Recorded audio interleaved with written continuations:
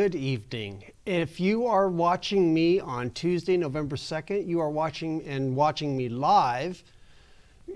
Thank you for being here. You're watching Progressive Radio on TV.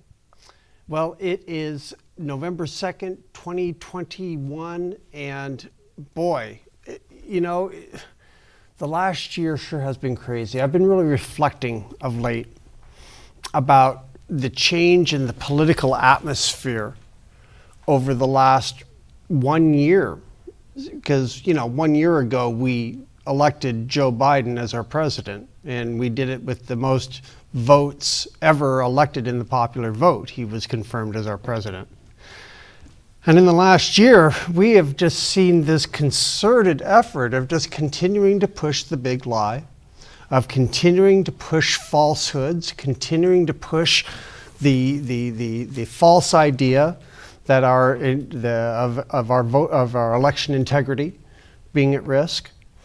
And I think we're at a point where, unfortunately, it's starting to have the desired negative effect.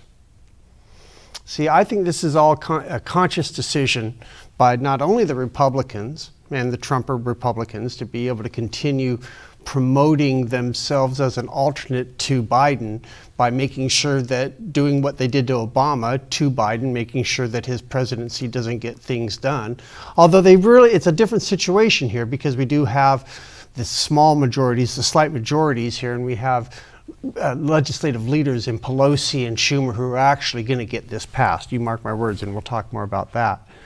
But it's over the last year, we have just seen this complete degradation, this continuing degradation of the social politic norms, where just having a different opinion immediately sticks you into a different tribe, immediately sticks you into a different group.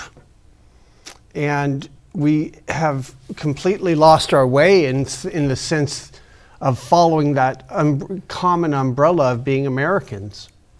It's been really difficult for me to watch how, with national races that were going on today, how the media, very important races in Virginia for the gubernatorial race in Virginia. There's a gubernatorial race going on in New Jersey. Very unique states, but the major media out there and the Republicans are using them as a opportunity to promote their perspective that the public has turned against Joe Biden and the Democrats. And I want you to know right now that is incorrect. That is wrong. You must correct that in your mind when you see that thought meme going out in the major media and with Republicans. It's just not the case. Virginia is a unique state. Did you know that in off years, when they elect a Democrat, when a Democrat is elected for like 8 years in a row now, 8 cycles in a row now, in Virginia, they have elected a governor of the opposite party. So the point is, it's not reflective of the national electorate or the national mood. It's just the state of the politic in Virginia, truly.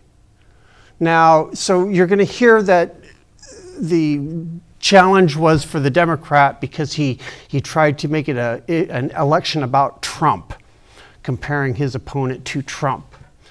Well, there may be some validity to that particular argument, because it's very easy to forget that all politics is local. And in politics and elections, it's very nationalizing a race on a local level usually doesn't work, because people at the local level care about local issues. So I would venture to say that, like what's going on in Virginia, is a situation where it's very unique to that state and that electorate. New Jersey, another state that is having an election, the Democrat's going to win there, and that's a solid state, New Jersey. So, the mainstream media can't skew the perspective of the New Jersey election to, indict the entire national feeling towards Democrats. So keep that in mind as you analyze what's going on in these elections this month, that occurred today, and how they affect public sentiment going into the midterms, because that's truly where all the big players are looking towards, and that's the midterm elections next year. All the congressional seats are going to be up, and we have a slim majority in the Congress, in the legislature. We have a slim majority, the 50-50 in the Senate. And so we've got some work ahead of us, and it's such a thin margin, but yet it's enough. That's what's ironic about all of this, is that regardless of all the pushback that you've been hearing from folks about, Joe Manchin and Senator Simona from Arizona, and even here locally, what you've been hearing about Congressman Kurt Schrader and his opposition to certain parts of the Build Back Better bill that's going through Congress right now. So that kind of debate is always going to happen. But what we are seeing now, though, is the Democrats are finally coalescing behind a bill.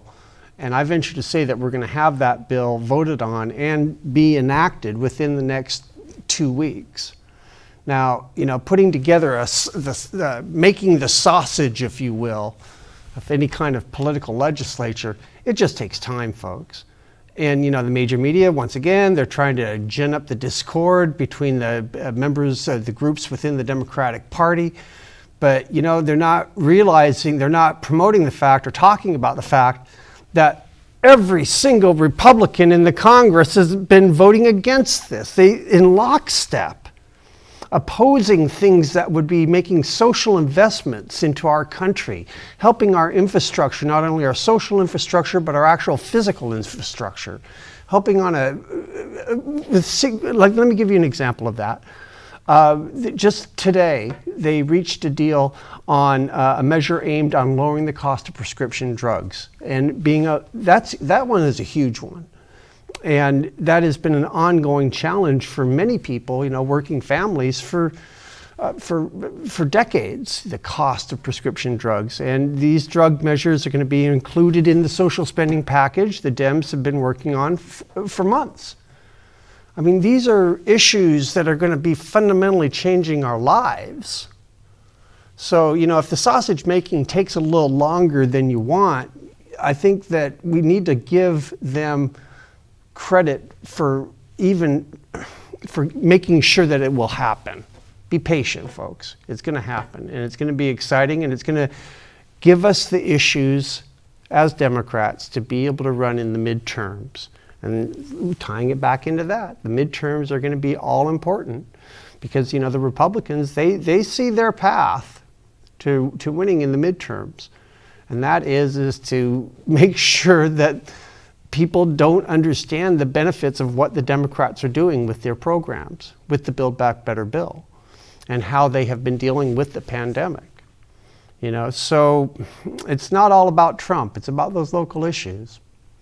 Now, I give you a great example of this. Myself, I'm a single father. And recently, Joe Biden and his administration changed the child tax credit so that we receive $250 per child each month. So I get a check for $250 from the government. And during the back end of a pandemic, that has been a savior. That makes the difference between my child being able to get food and not, be able to pay the power, that sort of thing. So if it's affecting somebody like me, it's in that way, it's affecting other people in lower income levels dramatically.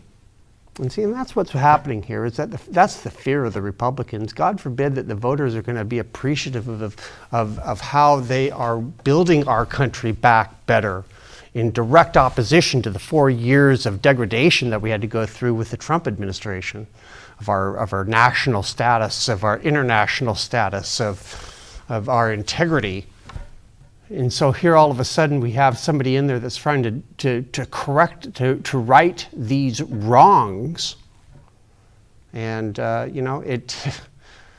we have no idea the depth of that degradation that occurred over the last 4 years. We're beginning to learn more and more about it, about the insidiousness of those Republican officials that were in Congress, their insidiousness and how they worked with the organizers of the Stop the Steal rally that was going on down the street. Of all of those working with the Oath Keepers. It's all coming out here in the investigations that are going on in Congress right now. So stay tuned on that. And that's what they're trying to make you forget about. They're trying to make you forget about those high crimes and misdemeanors, the treason that occurred on January 6th. Because they know if you remember that, you'll never vote for a Republican again, will you? So they're doing their damnedest to make sure that you don't remember that. So be wise and watch what the media says, because you got to think for yourself. I was reading I was hearing about a poll that they did of voters, and a nationwide poll. And they were talking about, they divided it up by party, and obviously there was a high percentage of Republicans that doubted that claimed that believed the 2020 election was rigged, and all of these things that are proven false, that have been being pushed by Trump and his loyalists and the insurrectionists. And they found that the highest demographic within the Republican Party that had the highest amount of skepticism were people that were without a college degree. Now, I say that because what it tells me is that the better educated that you are, the more skepticism and doubt you would have about a claim, because you would know that there is more going on. You would have a better perspective, broader perspective. And I don't say that to degrade those without a college education. My goodness, I don't have a college education. But it is striking that they're playing up on that lack of awareness by the voter.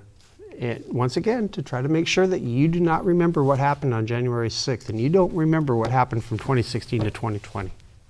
So be aware. It's 8:13, and I have our interview that I'd like to share with you with a gentleman by the name of Antonio Gisbert. Antonio is running a ballot measure called the Oregon People's Rebate. Now, what that is, basically, it's an initiative petition they're working on to get in the ballot in 2022, the November 2022 election, that will rebate to every Oregonian a $750 check every year. So pay attention to this one. This one's an interesting discussion. And when we come back, I'll wrap up the show.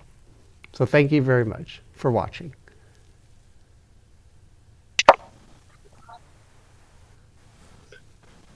Hello, everybody. This is Moses Ross, and you are watching Progressive Radio on TV.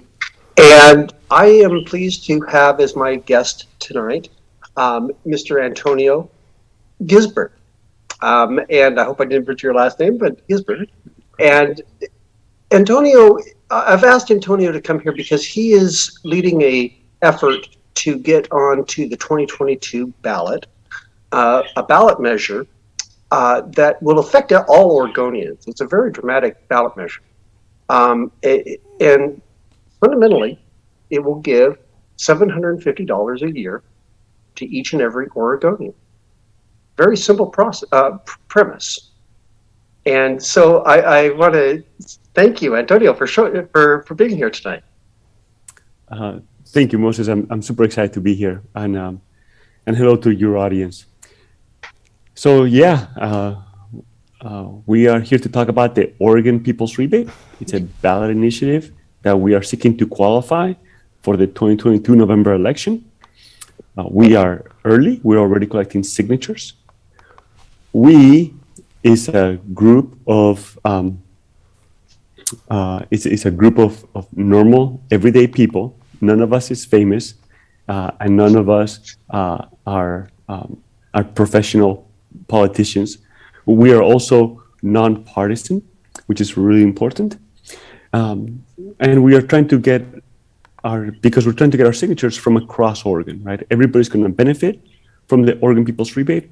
And so we have goals to collect our signatures from a certain number of signatures from each county, right? So it's sort of like a big thing for us.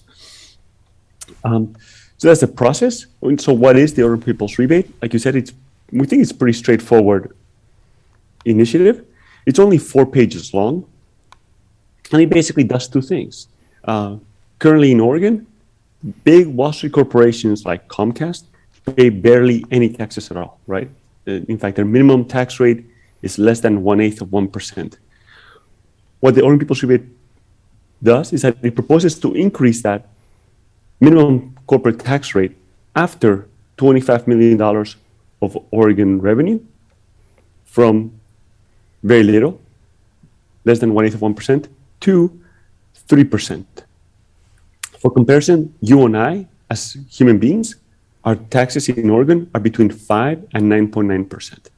So we're going to have Comcast and other big corporations on their first dollar after $25 million of revenue.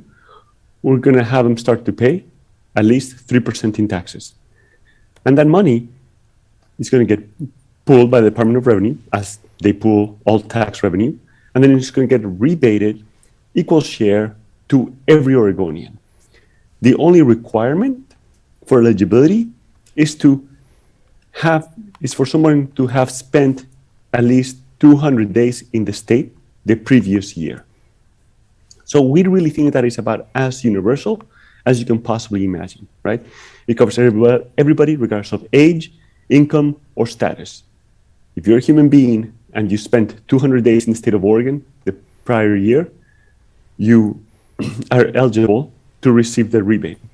And the amount of the rebate will change from year to year, of course, because it's supposed to be revenue neutral to the state of Oregon.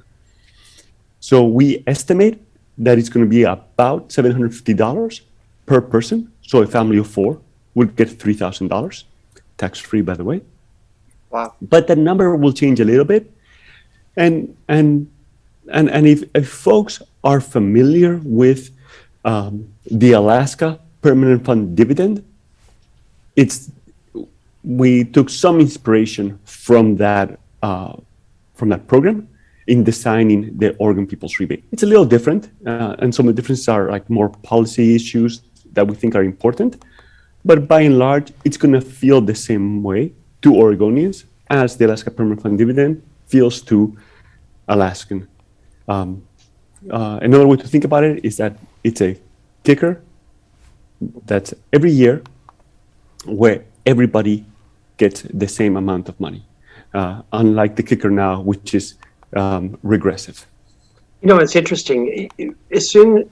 One of the first thoughts I had in my mind when I was being introduced to this concept of this ballot measure was the ability of the Alaskan dividend to really make a huge impact on the lives of Alaskans. Obviously that must have been an inspiration for this concept. Is this a concept that has been implemented anywhere? Would Oregon be the first? How's that being approached? So it's been implemented in Alaska, right? And beyond that, there's nothing very similar to it. There are a bunch of now, in the past few years, a bunch of pilot projects on universal basic income, which is kind of similar, but nothing really. The closest program that exists is the Alaska Permanent Fund Dividend. Talking a little bit about the impact of this rebate. So most folks have an internal feeling of what $700 or about there will do for their lives. Like for me, for example, it's my share of rent for 1 month. So that's fantastic, right? If you tell me $750, I'm like, fantastic, right? I live rent free for 1 month, which is great. But then when you look at it in the aggregate, right, there's a couple of different things that are worth considering, right? So across the state of Oregon, it's going to be about $3 billion of more collective wealth, for lack of a better sense, within the state. That is money that we're all going to have to do as we choose. And that is just like a huge stimulus every year. If we drill down from the state, one more state level number. This is a brand new number, so it's not final. But I got an email the other day from an economic researcher who ran the numbers on the Oregon People's Rebate, and this is a preliminary finding, but I think it's close. They estimate that the Oregon People's Rebate will decrease overall poverty in Oregon by 15%. Wow. It will also decrease child poverty by 26%, and poverty among like Hispanic Oregonians by 28%. So these are like big numbers at the state level, right? Right. We can drill down, and then we can look at sort of at our like the city level or our county level, right? So for Portland Metro, the total value of the Oregon People's Rebate is like pretty astronomical. Mm-hmm. It's like $1.8 billion. So that's huge money, right? Yeah, it's its own economic stimulus, if you will, on an annual basis. You know, it's interesting too. I think the pandemic has really primed the pump for the public acceptance of this kind of a concept of a UBI or an annual dividend or the rebate as your measure is, because I think people have begun to really understand how tenuous their financial situations really are. And I think the government's starting to wake up, or at least the Democrats are starting to wake up to the strategy of supporting that, knitting that hole in the social safety net, right, by through that support. I'm a single dad, and I receive, thanks to Joe, our President Biden, an extra $250 to help support my kid. And you know, I'm not the wealthiest guy, but that $250 makes a huge difference in my ability to be able to feed her properly, you know, and to take care of those basics. It sounds like we're on that same sort of relief. Financial relief is a motivating factor here for yours. That's exactly right. I mean, my background, my recent background is in economic justice, and like for years, right, it got drilled in our heads that some large percentage of Americans, and these numbers change every year, but the basic idea was that many people, like 40%, are one transmission away from losing their house, right? Like your car breaks, you can't get to work on time, you're late, you get fired, rent's due, and you're on the street because you don't have money to pay the rent. And what $750, we think that the most important value of the rebate is going to be the fact that people are going to be able to use it to get out of a poverty trap or a poverty rut. You know, for yourself and your daughter, it'll be about $1,500. So that's money that if there's an emergency, need to move or whatever, boom, that's available. you can go with it. And there's a lot of people who are, we're all having trouble making ends meet, and there's a million things that we need to change. But sometimes just having a little bit of money in the pocket helps a lot. That is so true, and I think it took it took the pandemic, the economic disaster, for many people that was the pandemic, to really drive that point home. There was there was certainly a certain sense of what's the word I'm looking for? Prior to the pandemic, there was this perception of this type of aid that had been politicized for years, that it was people sucking off the teat of the government, and then with racial overtones and all sorts of things. And it took I see that it took the pandemic to make us realize, hey, we're all on the same playing field here, unfortunately, and crosses all those boundaries. You can't generalize, you can't demonize it anymore, because we all know someone that's been affected by it, perhaps.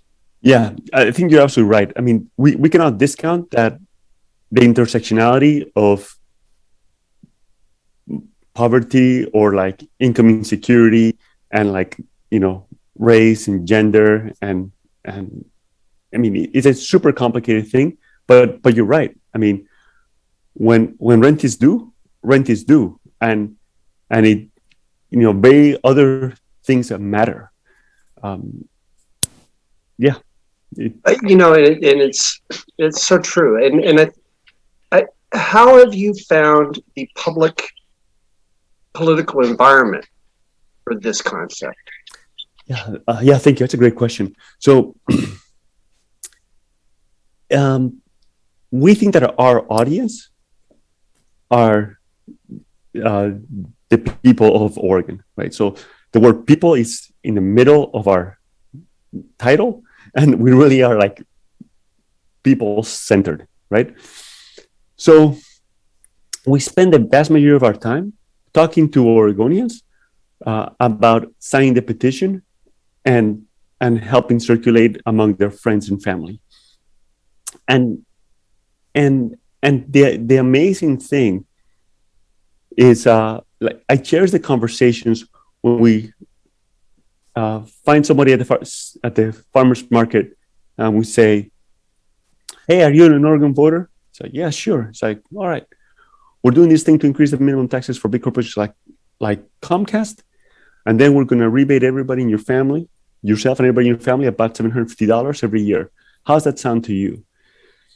Or like, that's a long way of saying, could you use $750?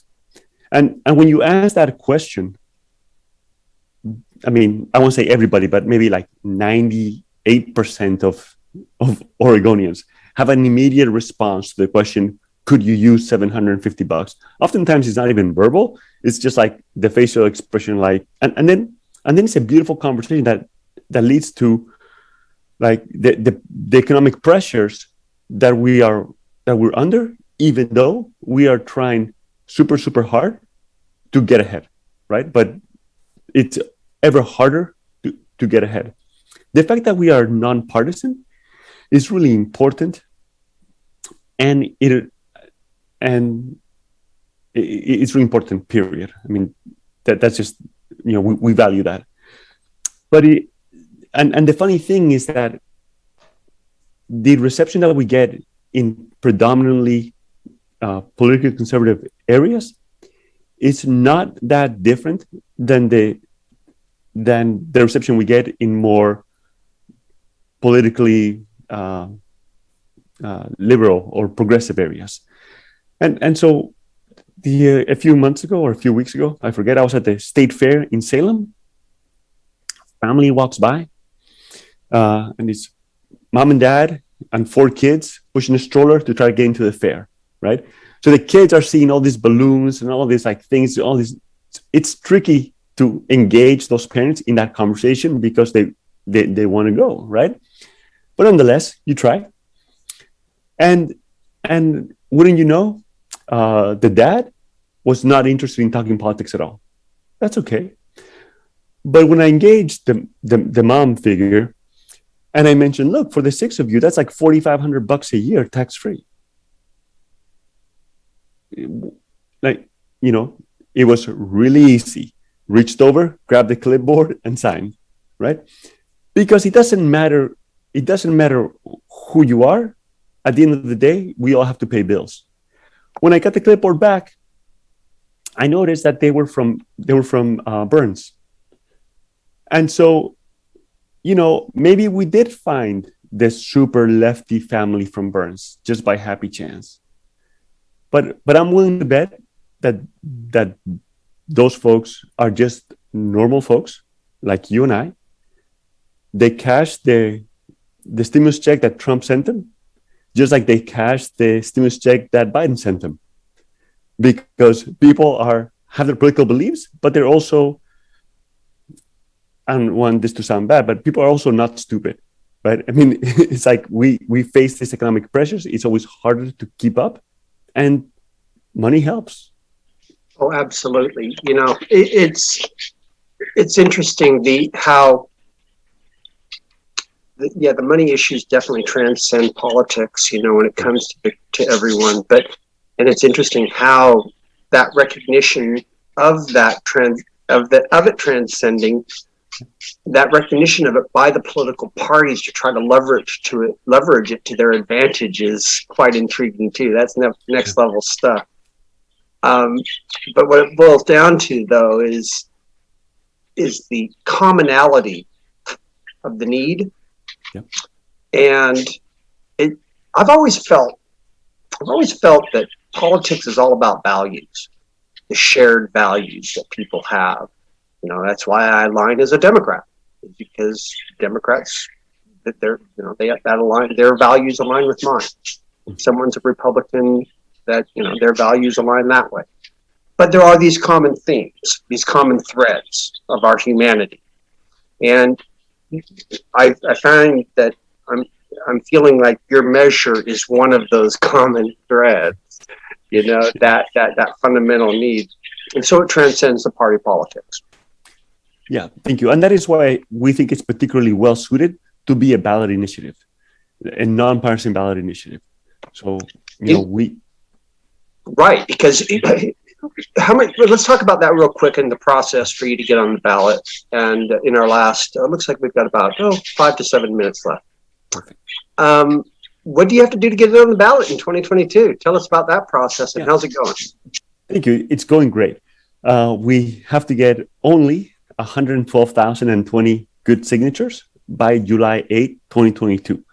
So we have a ton of time because we are way early. In fact, I think that we are today the only ballot initiative that is collecting signatures. There are other efforts, and there'll be many, it's Oregon, there'll be many ballot initiatives, but no one else has started this early. Part of it is the mechanics, the fact that we are people powered.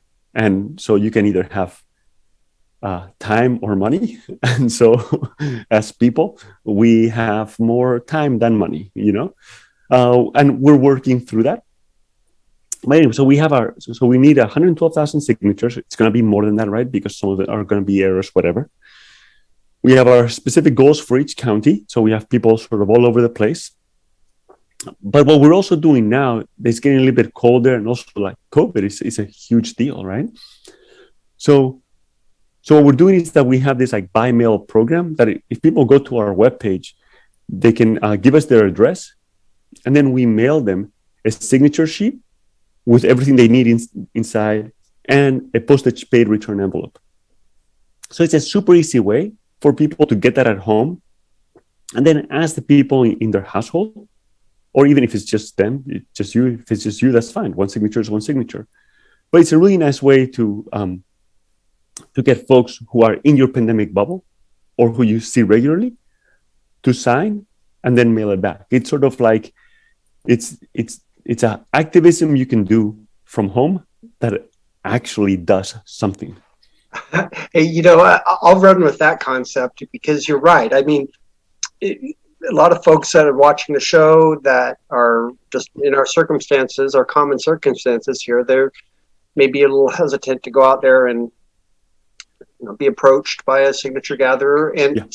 it's just everybody's level of comfort. And so, once again, you can go to your website and you can It is learn more OPR. about the measure, and you can download the signature sheet, and you can either sign it yourself and send it back, or you can have others sign it as well and gather more signatures and then send it back. Is that basically how it works? Yeah, and so our webpage is opr2022.org. You can also people can also Google Oregon People's Rebate and will be the top hit, I believe. And we have set it up so you can print the signature sheet if you want to. You can also print the electronic sheet, which is not really electronic at all. That's just what it's called. But what we think is easier is for you to just enter your address and we mail it to you. And it gets to your house in like 2 or 3 days. You don't have to worry about the formatting of it or anything else like that. Because there are some rules about printing signature sheets at home that they have to be done just right. So it's a little tricky. But yeah, I mean, like, whatever. It costs us a dollar and a bit of worth of postage and paper. It helps the postal service. So don't be afraid to request it, right? It'll take a minute or Well, less. and I like the accommodation that you're making, the campaign is making to make sure that everybody feels comfortable doing that, and still has a way to do that based off of how they feel about interaction, social distancing, yada yada. That's solid. And it was certainly a challenge last year. During your timing is good with the with the ballot measure, with the pandemic coming out on the back end. Yeah, and I mean, most importantly, like it's like 600,000 people have died in America, right? Because of the pandemic. That's like a tragedy way beyond like really what we are doing. So our heart goes out to those folks, and like not out of selfishness for our like ideas of ballot initiatives, but really for the well-being of everybody. Like we are excited for the pandemic to stop because it's been super, super hard for many, many people. Well, and it'd be one thing if this was a political issue that could have some doubt in it as to its need, or how my skepticism level is extremely low when it comes to your ballot measure, because how do you oppose that? I mean, unless you're a billionaire that's getting part of the funding mechanism for it, yes? Yeah, well, so funny. The perhaps the person I personally know who is wealthiest, when I told him about this, and he works for one of these corporations who would have to almost certainly have to pay a little bit more in taxes. Mm-hmm. It took him about a split second to say, yeah, I could use $3,000. And so I asked him, he's like, well, what could you, like, you're literally perhaps the person I know who has most money. What do you care about $3,000? And he had a list of things that he could do with that money. He could pay his mortgage early. He could invest it, put it for the kids' college account, right? It's amazing. And also, by the way, my friend's position was that these big corporations indeed pay almost no taxes, and also indeed they can afford to pay 3% in taxes. He's like, of course this giant bank can afford to pay 3% in taxes in Oregon, because that's what they pay in, for example, in Nevada. So right. It's not like banks don't work in Nevada, right? No, not at all. It's just whether or not they can get the community to give it away. And unfortunately, that's what they're doing here in Oregon. But I'm glad to see that cross equity here as far as the recognition of ballot measures, of what it can do.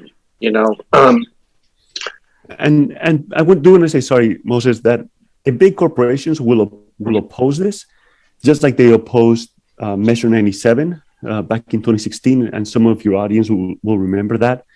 And that's fine, you know. I mean, like in a way, I used to be a scientist, and so this ballot initiative is a little bit like an experiment, quasi-experiment, technically. And so we're going to propose this idea for voters. Hey, does this sound to you like a good idea or not? And like, we're going to argue that, yeah, it is a good idea. And then, you know, giant corporations will argue that it's a horrible idea because the world's going to come to an end if big corporations in Oregon start to pay the same taxes that they themselves pay in other states like Nevada. Okay, cool. I mean, like that's fine. And then again, we're people powered and people centered. And so the people are going to sign to get this on the ballot. And then the people in November will vote, and we'll see how it comes out. You know? Exactly. But I think the key here is put it in front of the voters and let them decide. And that's the beauty of the ballot measure system here in Oregon. You know, if you've got the popularity, you can gather the signatures. It's a good idea. People approve it. It can become implemented through the process. And so, yeah. You know, Antonio, I wish you all the best in this effort. It's a solid idea. And I really want to encourage my viewers to learn more about the Oregon people. Tell me, so I don't hear. Actually, I'm going to defer to you. Please give the name of the campaign and give the website one last time for my viewers. Thank you. Oregon People's Rebate, and it's opr2022.org. Wonderful. Thank you. Thank you very much.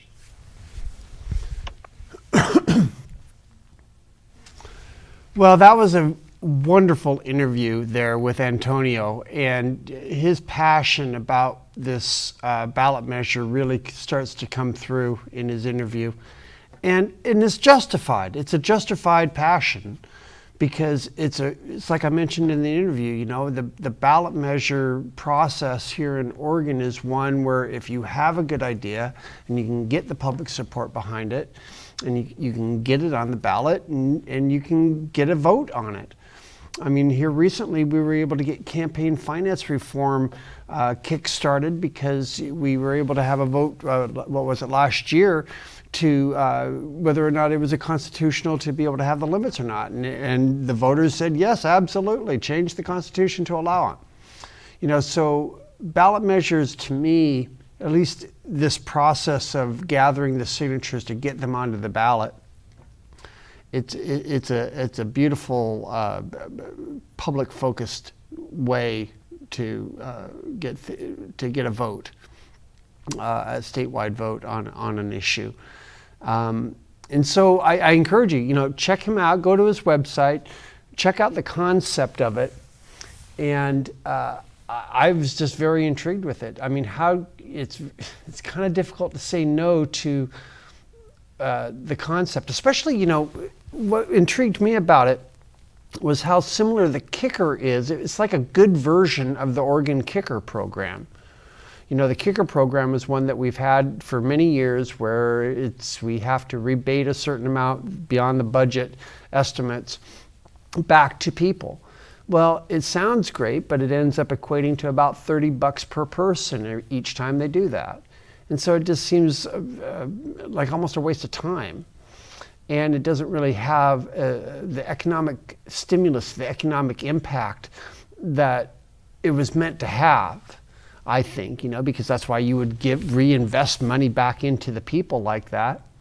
And so what we're doing here, what Antonio and his campaign is doing there, is they're making it an amount where it's a worthy amount, where it can make a difference in people's lives.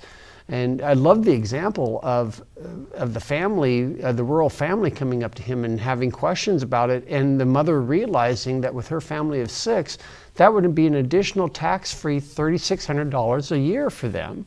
And that's the difference between them being able to drive the 50 miles to the nearest healthcare facility if you live in rural Oregon, or to drive the 20 miles to the nearest store in rural Oregon. You know, so there's so many of these shared values that can be focused on with these types of issues. And it's so, gosh, it just goes right back down to what we've been talking about, like with the elections, you know? It really does. Where are those common shared values? And who represents them? And what are you doing to make sure that that person gets elected? You know, it's like right now I was reading through the election results while we were that were coming in from Virginia and New Jersey and other states like that, where they're having these gubernatorial races. And, you know, the Republican is probably going to win in both of those states. And that's okay, because that's the nature of campaigns, I have learned. The sky will not fall. The country will go on. We will continue to try to do the best we can as Americans, you know, but the disappointment that a Democrat has is the same to the disappointment that the Republican has when their candidate doesn't win. So perhaps that's our common field there, huh? the disappointment in your tribe when you don't win. I don't know. But I would venture to say, from the Democratic Party point of view, from a progressive Democratic point of view, it's actually been a pretty decent night. You know, the mayor in Boston is now a African-American, there's an African-American man was elected mayor of Boston. There was, in New York, another gentleman was elected mayor there, real progressive. So there are examples of, usually in blue areas, you know, blue in urban areas, where the progressive perspective of ideology or political ideology has an opportunity to bear fruit, you know? I still think that if given half a chance, it's like with this people's rebate, it's just like with the Build Back Better, with the child tax credit. It's just like with health care, in the ACA Act. Once you start to receive the benefit of it and you understand how it's affecting your life so dramatically, it's such an integral part of your life, it's hard to vote against it. You know, it's like with Social Security. And that's one of the reasons why there's such a monumental struggle between the two parties right now, you know, because the Republicans realize that the opportunity to enact policies that are fundamentally life-changing, that people will really like, FDR in nature, you know, could be enacted. And if they do, their relevance as a political party is going to go way down. You know, their philosophy towards governing is going to be discredited. And so they're doing everything that they can to be able to change the issue, to focus it on issues that will get an emotional reaction out of you, to motivate you to go and vote. So fundamentally, that's what both parties do, don't they? I don't mean to be a cynic, a little bit, you know, I'm sounding slightly cynical here as I talk this out. But I do feel very strongly, though, that if Joe Biden, President Biden, gets his infrastructure bills and the Build Back Better bill, and gets that investment back into our communities, into our nation, and I fully expect that to happen. Once that happens, though, those programs are going to become a part of our socioeconomic structure of our country, and people will see the benefit immediately. They'll see it in better wages. They'll see it in better jobs. They'll see it in better housing opportunity. They'll see it in healthier children. You know, once again, I've talked about this 2 or 3 times tonight. It's about that child tax credit. You know, just that one simple act is pulled so many people out of poverty level because of that, just that extra $250. So many children out of poverty, and it's only been in effect for 4 months. So if I'll give you another example. And this was an interesting one because the Oregon Rental Assistance Program. Remember, everybody's been saying how inept it was because they had all that money that had been given to them and they hadn't dispersed it out as quickly as they could have. And the problem was, I found out, was that the problem was that they did not trust the renter, the person having the housing problem, with the money directly.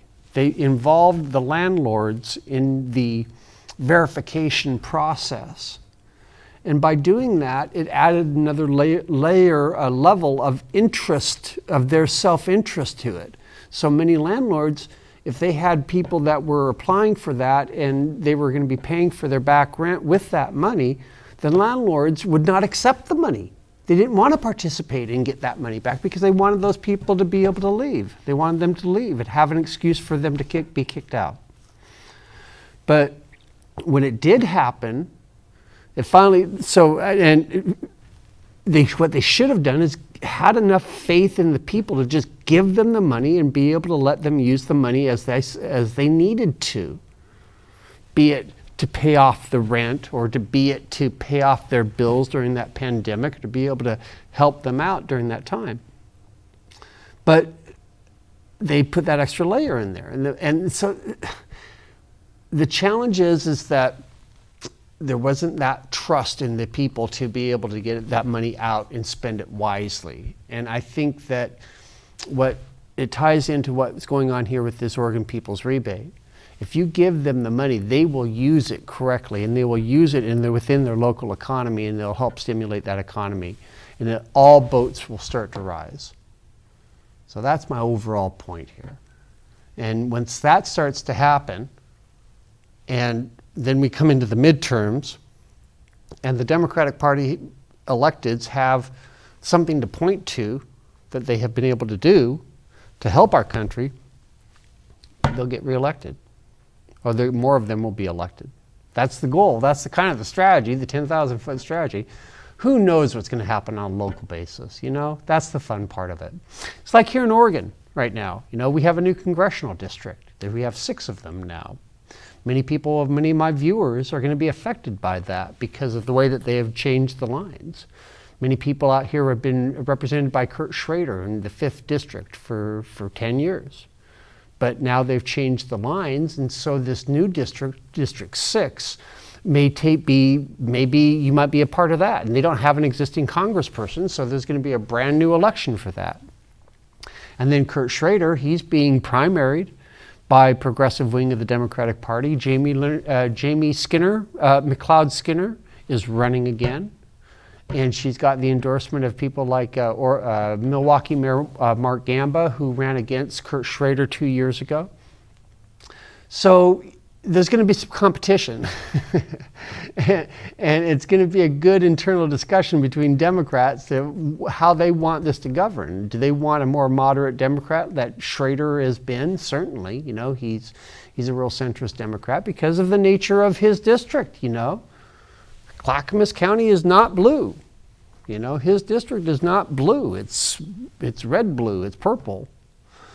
So is he going to be able to, but with the redistricting, that's kind of putting in some new lines, and it's putting in people that have not been represented by him before in the past. So he's going to have to reintroduce himself to those people. And then Jamie McLeod Skinner coming in, and then you've got some other primary candidates going to come in. So these congressional races are super important. And they're super important for the Democrats to make sure that Build Back Better, that Joe Biden gets the support that he needs to be able to pass his legislation, to be able to make the investment in our country, to be able to pull us out of this economic doldrum that's been caused by the pandemic and Trumpism and authoritarianism, and get us back on track to where we need to be. I mean, just today we had the climate change conference for the main 20 largest countries, the G20 or whatever it was. Point is that there's a consensus out there. There's a realization out there that these things have to happen,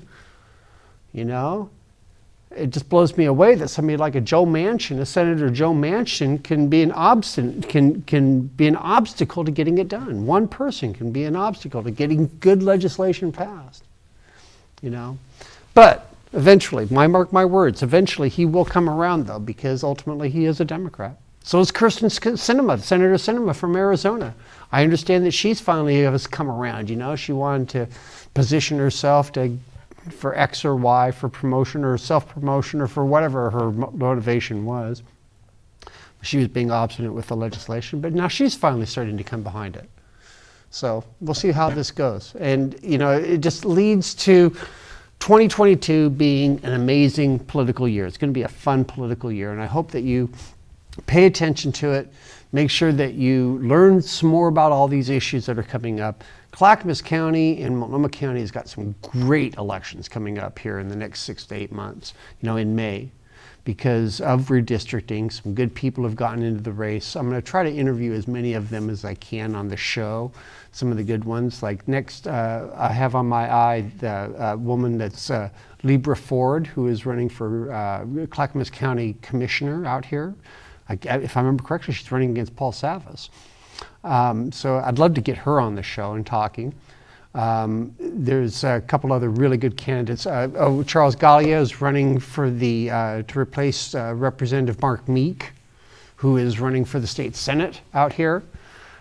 So it's a good opportunity for change out here. And so stay tuned, stay aware, and come back and see me here in 30 days, and we'll talk about it some more. So I appreciate your time tonight. It's been a good night tonight. Stay warm. I hope you had a good Halloween, and you know, go Blazers. And thank you very much for watching the show tonight.